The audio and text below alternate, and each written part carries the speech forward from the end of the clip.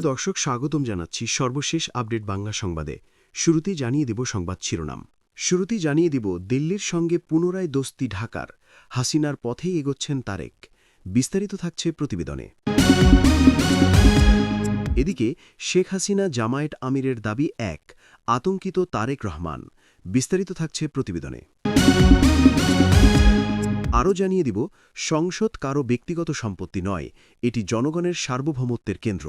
বিস্তারিত থাকছে প্রতিবেদনে। এদিকে সংসদকে ইনসাফের ভিত্তিতে পরিচালনা করা গেলে দেশেও ইনসাফ কায়েম সম্ভব। বিস্তারিত থাকছে প্রতিবেদনে। আরও জানিয়ে দিব বিএনপির মিথ্যাচারে দিশেহারা জনগণ, চলছে লুটপাটের মহোৎসব। বিস্তারিত থাকছে প্রতিবেদনে। এবং সর্বশেষ জানিয়ে দিব চাঁদাবাজি ছিনতাই, বিএনপি আরেকটি রাষ্ট্রের নৈতিক দেউলিয়াত্ব। বিস্তারিত থাকছে প্রতিবেদনে। এতক্ষণ শুনছিলেন সংবাদ শিরোনাম, এবারে বিস্তারিত। তার আগে ভিডিওটি ভালো লাগলে এবং সর্বশেষ আপডেট নিউজ পেতে চ্যানেলটি সাবস্ক্রাইব করুন। ধন্যবাদ। বাংলাদেশে অন্তর্বর্তী সরকারের আমলে দিল্লির সঙ্গে ঢাকার সম্পর্ক কেমন ছিল তার নতুন করে বলার দরকার পড়ে না। যে দেশের চাল ডাল আলু খেয়ে সে দেশের মানুষ বেঁচে থাকে, সেই ভারতের সঙ্গে চূড়ান্ত বিশ্বাসঘাতকতা করেছে ইউনূস সরকার। দ্বিপাক্ষিক সম্পর্ক এত তলানিতে চলে গিয়েছিল যা ভাষায় প্রকাশ করা যাবে না। ঘোলা জলে মাছ ধরতে নেমে পড়ে পাকিস্তান। সে দেশের বীর সন্তান অর্থাৎ জঙ্গিদের স্বর্গরাজ্য হয়ে উঠেছিল বাংলাদেশ। তলে তলে ইউনূস যে চীনের সঙ্গেও হাত মিলিয়ে রেখেছিলেন, এখন সেটা স্পষ্ট হয়ে যাচ্ছে। বাংলাদেশে জুলাই অগস্ট আন্দোলনের জেরে হাসিনাকে ক্ষমতা থেকে সরে যেতে হয়েছে। মসনদে আসীন হন ইউনূস। সিংহাসনে বসার পর থেকে তার কার্যকলাপ শুধু ভারত বিদ্বেষী ছিল না, বাংলাদেশকেও দায়িত্বের সঙ্গে পদ্মায় ডুবিয়ে দিয়েছেন। বলা হচ্ছে ছাত্র আন্দোলন আসলে আমেরিকার তৈরি। হাসিনা যেহেতু তাদের স্বার্থ পূরণ করতে পারেনি, তাই তারা তাকে ক্ষমতা থেকে সরিয়ে দিয়েছে, বসিয়েছে ইউনূসকে, যার বিন্দুমাত্র রাজনৈতিক অভিজ্ঞতা নেই। ইউনূস ছিলেন আমেরিকার হাতের মোয়া। তার বড় প্রমাণ বাংলাদেশ আমেরিকার শিল্প বাণিজ্য চুক্তি। তদারকি সরকারের মেয়াদ শেষ হওয়ার মুখে মুখেই ইউনূস এই চুক্তি করে বসেন। তদারকি সরকারের তরফে বলা হয়েছিল এই চুক্তির শর্ত কোনোভাবেই প্রকাশ করা যাবে না। পরে আমেরিকা সেই চুক্তি প্রকাশ করে দেয়। এই প্রসঙ্গে উল্লেখ করা যেতে পারে ডোনাল্ড ট্রাম্পের একটি চিঠি। তারেক রহমান প্রধানমন্ত্রী হওয়ার পর ট্রাম্প এই শুভেচ্ছা চিঠি পাঠিয়েছিলেন। শব্দটিকে বন্ধনীর মধ্যে রাখার কারণও রয়েছে। এটা কোনো দিক থেকেই শুভেচ্ছা চিঠি নয়। ইউনূস আমলে হওয়া চুক্তিগুলি তারেক সরকার যাতে বাস্তবায়ন করেন সেই বার্তা দিতেই ওই চিঠি পাঠানো হয়। এখন এটাও বলা হচ্ছে তারেক যে দেশে ফিরতে পেরেছেন সেটা আমেরিকার কৃপায়। ডিপ স্টেট রাস্তা তৈরি করে না দিলে তারেকের বাকি জীবন লন্ডনেই কাটাতে হতো। মা জিয়া যখন সংকটজনক, সেই সময় তারেক জানান যে তিনি দেশে ফিরতে বদ্ধপরিকর। কিন্তু চাইলেও তো আর ফেরা যায় না, ডিপ স্টেট থেকে সবুজ সংকেত না পেলে। তারেক এখন বুঝতে পাচ্ছেন যে ভারত ছাড়া বা ভারতের সাহায্য ছাড়া তিনি আর বেশি দিন ক্ষমতায় টিকে থাকতে পারবেন না। তাই দিল্লির সঙ্গে তিনি দোস্তি চাইছেন। দিল্লিও কিন্তু ঢাকার সঙ্গে দোস্তি চায়। তার একটা বার্তা আমাদের প্রধানমন্ত্রী আগেই দিয়ে রেখেছিলেন। প্রশ্ন উঠছে, তারেক রহমানের বাংলাদেশে ফেরা, বিএনপির নিরঙ্কুশ সংখ্যাগরিষ্ঠতা অর্জন এবং তারেকের প্রধানমন্ত্রী হওয়া, এই তিনটি ক্ষেত্রে কোনোভাবেই কি ভারতের হাত ছিল? দিল্লি কি কোনোভাবেই এই তিন ক্ষেত্রে তার প্রভাব খাটায়নি? কোনো মহল থেকে দাবি করা হচ্ছে দিল্লির ভীষণ রকম প্রভাব ছিল, তার একটা উদ্দেশ্য ছিল। তদারকি সরকারের আমলে বাংলাদেশে রীতিমতো প্রভাব খাটাতে শুরু করে চীন। বেজিংয়ে প্রভাব খর্ব করতে না পারলে দক্ষিণ এশিয়ার ভূরাজনীতির চরিত্র যে বদলে যাবে সে বিষয়ে নিশ্চিত ছিল সাউথ ব্লক। অপেক্ষায় ছিল একটি মুহূর্তের। খালেদা জিয়ার মৃত্যু সেই মুহূর্তটি তৈরি করে দেয়। নির্বাচনের মধ্যে দিয়ে সেই বৃত্ত সম্পূর্ণ হল। তারেক রহমান এখন দিল্লি ঢাকা সম্পর্ককে সেই উচ্চতায় নিয়ে যেতে চাইছেন যেমনটা ছিল আওয়ামী লীগের আমলে। এই প্রসঙ্গে জাতীয় সংসদে তারেকের দেওয়া ভাষণ উল্লেখ করতে হয়। বক্তব্যের একটি অংশে প্রধানমন্ত্রী বলেন, শেখ মুজিব কেবল একটিমাত্র দলের নেতা ছিলেন না, তিনি ছিলেন এই ভূখণ্ডের অন্যতম প্রধান সংসদ সদস্য। তিনি ছিলেন গণতান্ত্রিক আন্দোলনের পুরোধা। তারেক বলেন, বাংলাদেশের সংসদীয় রাজনীতির সূচনায় শেখ মুজিব একজন সংসদ সদস্য হিসেবে যে ভূমিকা পালন করেছিলেন তা ইতিহাসের অবিচ্ছেদ্য অংশ। আমাদের উচিত ইতিহাসের সত্যকে সাহসের সঙ্গে স্বীকার করা। সংবাদ শিরোনাম দেখে অনেকেই আতঙ্কিত হতে পারেন। শেখ হাসিনা এবং জামায়াতের দাবি এক হয় কি করে? তবে কি বিএনপিকে ক্ষমতা থেকে সরিয়ে দিতে জামায়াতের মতো একটি রাজনৈতিক দলের সঙ্গে তারা সমঝোতা করেছে? যে সরকার জনগণের ভোটে জিতে এসেছে সেই সরকারের পতন কি শুধু সময়ের অপেক্ষা? সরকার কতদিন থাকবে সেটা আলোচনা করার উদ্দেশ্য নিয়ে এই প্রতিবেদন নয়। প্রতিপাদ্য বিষয়ে জামায়াতের কোন দাবির সঙ্গে হাসিনার দাবি মিলে যাচ্ছে। আগে হাসিনাকে নিয়ে দু-চার কথা। বাংলাদেশে ভোট হয়েছে ১২ ফেব্রুয়ারি। সেদিন আওয়ামী লীগ সুপ্রিমো তার ফেসবুক পেজে এই নির্বাচন নিয়ে তীব্র বিষোদ্গার করেন। ক্ষমতাচ্যুত প্রধানমন্ত্রী লেখেন, অবৈধ এবং অসাংবিধানিক উপায়ে ক্ষমতা দখলকারী ইউনূসের আজকের নির্বাচন ছিল মূলত একটি সুপরিকল্পিত প্রহসন। জনগণের ভোটাধিকার, গণতান্ত্রিক মূল্যবোধ এবং সংবিধানের চেতনাকে বুড়ো আঙুল দেখিয়ে আয়োজন করা হয়েছে আওয়ামী লীগবিহীন, ভোটারবিহীন প্রতারণামূলক নির্বাচন। ভোটে হিংসা হয়েছে বলেও অভিযোগ করেছেন তিনি। বাংলাদেশের প্রাক্তন প্রধানমন্ত্রী হাসিনা লেখেন, ১১ ফেব্রুয়ারি সন্ধ্যার পর থেকেই ভোটকেন্দ্র দখল, গোলাগুলি, ভোট কেনাবেচা করতে টাকার ছড়াছড়ি, ব্যালট পেপারে সিল প্রদান এবং ফলাফল শিটে এজেন্টদের স্বাক্ষর গ্রহণের মধ্যে দিয়েই এই প্রহসনের সূচনা হয়।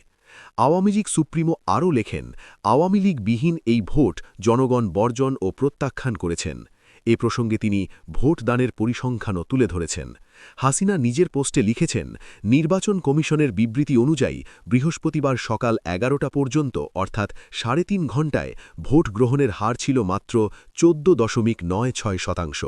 হাসিনা মনে করেন, ভোট গ্রহণের উৎকৃষ্ট সময়ে জনগণের এই কম অংশগ্রহণ প্রমাণ করে যে তারা ভোট প্রত্যাখ্যান করেছেন। হাসিনার অভিযোগ, আওয়ামী লীগের কর্মী সমর্থকদের জোর করে ভোট কেন্দ্রে নিয়ে যাওয়া হয়েছে। এজন্য তাদের ভয় দেখানো হয়েছে। গত কয়েকদিন তাদের উপরে হামলাও হয়েছে। হাসিনার কথায়, সকল ভয়ভীতি উপেক্ষা করে তারা এই প্রতারণামূলক নির্বাচন বর্জন ও প্রত্যাখ্যান করেছেন। ফলে দেশের অধিকাংশ ভোট কেন্দ্রই ছিল কার্যত ভোটার শূন্য। এবার দেখা যাক জামায়াত কি বলছে। গত রবিবার ১৫ই মার্চ ১১ দলীয় জোট বৈঠকে বসে। বৈঠক শেষে জোটের সমন্বয়ক তথা জামায়াতে ইসলামীর সহকারী সেক্রেটারি জেনারেল ড হামিদুর রহমান আজাদ বলেন। হামিদুর রহমান আজাদ আরও বলেন, দেশের বর্তমান রাজনৈতিক পরিস্থিতি নিয়ে আমরা গভীর উদ্বেগ ও উৎকণ্ঠা প্রকাশ করছি। দীর্ঘদিন পর দেশে একটি নির্বাচন অনুষ্ঠিত হয়েছে। জনগণ আশা করেছিল একটি সুষ্ঠু ও অবাধ নির্বাচন হবে। উপদেষ্টাদের একজনকে মন্ত্রিসভায় অন্তর্ভুক্ত করার মাধ্যমে স্পষ্ট হয়েছে যে ইলেকশন ইঞ্জিনিয়ারিংয়ের সঙ্গে অন্তর্বর্তী সরকারের একটি অংশ জড়িত ছিল। তারপরেও জাতির বৃহত্তর স্বার্থে আমরা এই নির্বাচন মেনে নিয়েছি এবং আমাদের নির্বাচিত সাংসদ সদস্যরা শপথ গ্রহণ করেছেন। তিনি আরও বলেন, একই দিনে দুটি বিষয়ে ভোট অনুষ্ঠিত হয়, একটি জাতীয় সংসদ গঠনের জন্য এবং অন্যটি সংবিধান সংস্কার পরিষদ গঠনের জন্য। একই দিনে ভোট গ্রহণ, ফল ঘোষণা এবং গেজেট নোটিফিকেশনও সম্পন্ন হয়েছে। তাই জনগণের রায়ের ভিত্তিতে সরকারকে এসব সিদ্ধান্ত বাস্তবায়ন করা দায়িত্ব হিসেবে গ্রহণ করতে হবে। জাতীয় সংসদের নবনির্বাচিত ডেপুটি স্পিকার নেত্রকোনা ১ সংসদে তার প্রথম আনুষ্ঠানিক ভাষণে নিরপেক্ষতা ও ইনসাফ প্রতিষ্ঠার দৃঢ় অঙ্গীকার ব্যক্ত করেছেন। তিনি স্পষ্ট করে বলেন, সংসদ কারও ব্যক্তিগত সম্পত্তি নয়, এটি জনগণের সার্বভৌমত্বের কেন্দ্র। গতানুগতিক ধারার বাইরে এবারের সংসদকে মজলুমদের সংসদ ও ঐতিহাসিক হিসাবে অভিহিত করে তিনি সংবিধান ও কার্যপ্রণালী বিধি অনুযায়ী সংসদ পরিচালনার ঘোষণা দেন। রোববার ১৬ মার্চ ত্রয়োদশ জাতীয় সংসদের প্রথম অধিবেশনের মুলতবি বৈঠক শুরু হয়। এই বৈঠকে প্রথমবারের মতো সভাপতিত্ব করেন deputy speaker barrister Kaiser Kamal. বক্তব্যের শুরুতেই ডেপুটি স্পিকার সংসদ নেতা, প্রধানমন্ত্রী এবং তার নির্বাচনী এলাকা কলমকান্দা দুর্গাপুরের জনগণের প্রতি কৃতজ্ঞতা প্রকাশ করেন। তিনি গভীর শ্রদ্ধার সঙ্গে স্মরণ করেন মহান মুক্তিযুদ্ধের শহীদ এবং বীর মুক্তিযোদ্ধাদের, বিশেষ করে শহীদ রাষ্ট্রপতি জিয়াউর রহমান এবং সাবেক প্রধানমন্ত্রী খালেদা জিয়ার অবদানের কথা উল্লেখ করে তিনি বলেন, খালেদা জিয়া স্বৈরাচার বিরোধী আন্দোলনের মাধ্যমে সংসদীয় গণতন্ত্র পুনঃপ্রতিষ্ঠা করেছিলেন এবং আজ তিনি মাদার অফ ডেমোক্রেসি হিসাবে স্বীকৃত। ২০২৪ সালের ছাত্র জনতার ঐতিহাসিক অভ্যুত্থানকে গণতন্ত্রের নতুন দ্বার হিসাবে উল্লেখ করে তিনি শহীদ আবু সাঈদ, ওয়াসিম আকরাম ও মীর মুগ্ধসহ সকল শহীদদের প্রতি শ্রদ্ধা জানান। তিনি বলেন, জুলাই অভ্যুত্থান আমাদের শিখিয়েছে জনগণের শক্তিই গণতন্ত্রের প্রকৃত ভিত্তি। আজকের এই সংসদ পঙ্গুত্ব বরণকারী এবং নির্যাতিত মানুষের ত্যাগের ফসল। সংসদ পরিচালনায় পূর্ণ নিরপেক্ষতা বজায় রাখার প্রত্যয় ব্যক্ত করে ডেপুটি স্পিকার ঘোষণা করেন, আমি ইতোমধ্যে সরকার এবং দলীয় পদ থেকে পদত্যাগ করেছি। স্পিকারের নির্দেশানুযায়ী আমি প্রতিটি সদস্যের অধিকার, মর্যাদা এবং সমান সুযোগ নিশ্চিতে কাজ করব।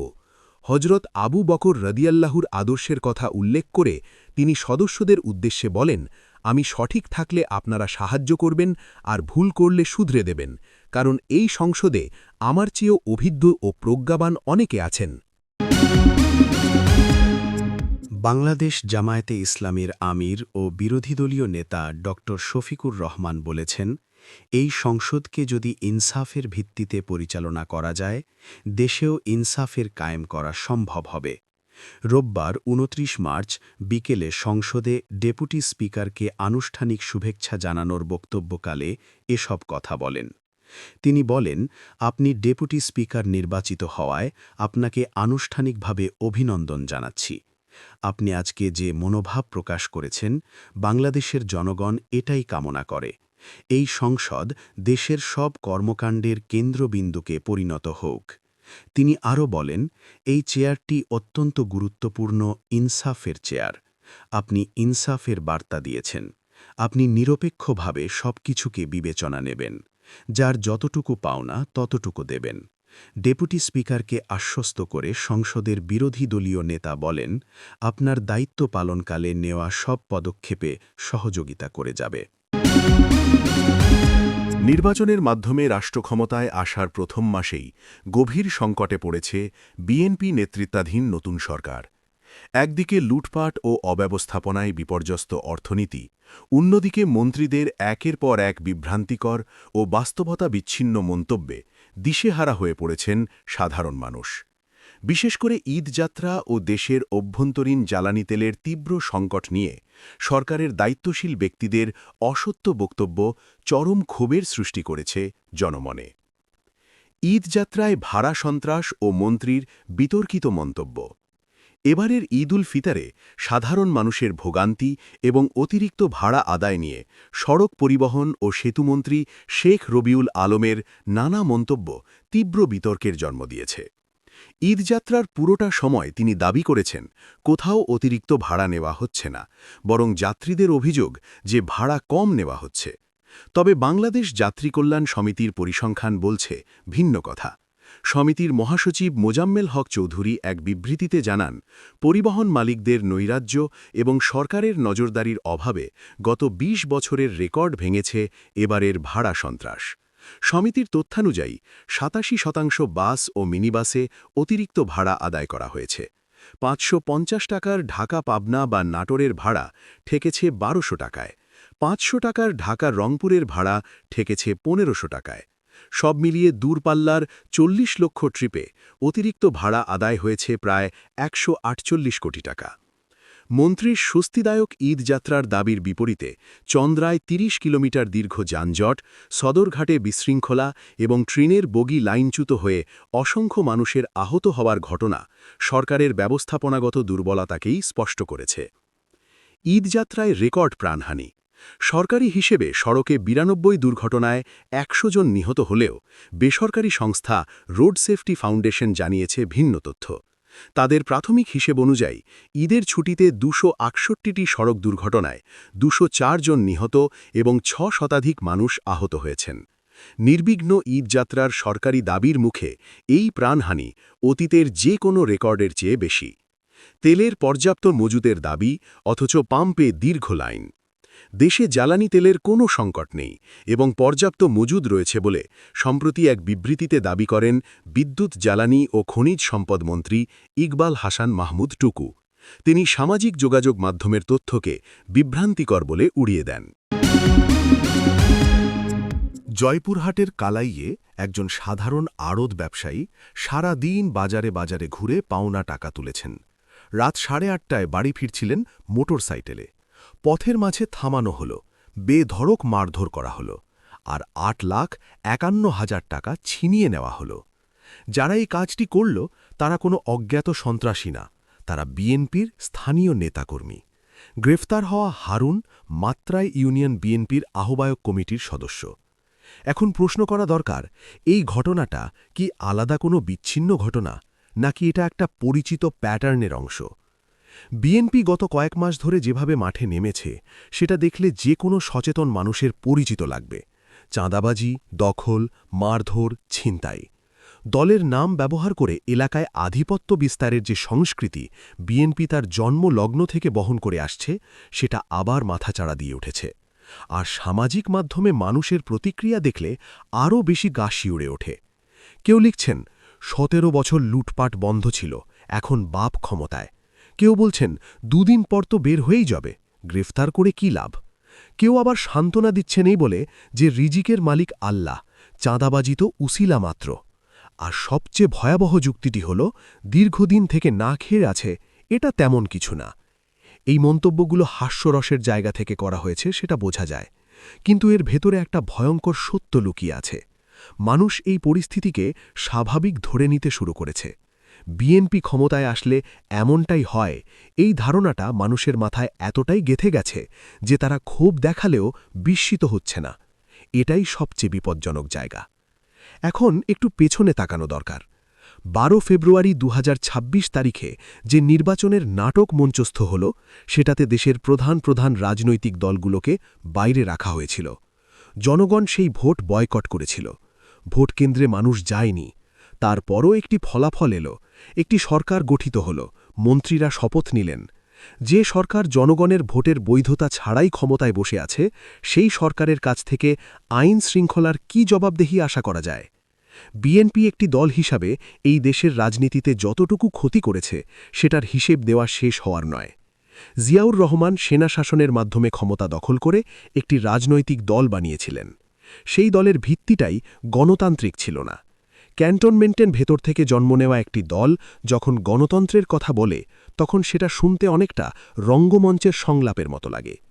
তারপর বছরের পর বছর ধরে এই দলটি যখনই ক্ষমতায় এসেছে, তখন চাঁদাবাজি, সন্ত্রাস, দলীয় ছত্রছায়ায় অপরাধ, এগুলো রুটিন মাফিক ঘটেছে। কালাইয়ের ঘটনা নতুন কিছু না, কিন্তু নতুন যেটা, সেটা হলো এই ঘটনার প্রতি প্রাতিষ্ঠানিক প্রতিক্রিয়ার অনুপস্থিতি। পুলিশ একজনকে গ্রেফতার করেছে, বাকিরা পালিয়ে বেড়াচ্ছে। এই তথাকথিত মন্ত্রিসভা থেকে কোনো বক্তব্য নেই, কোনো উদ্বেগ নেই।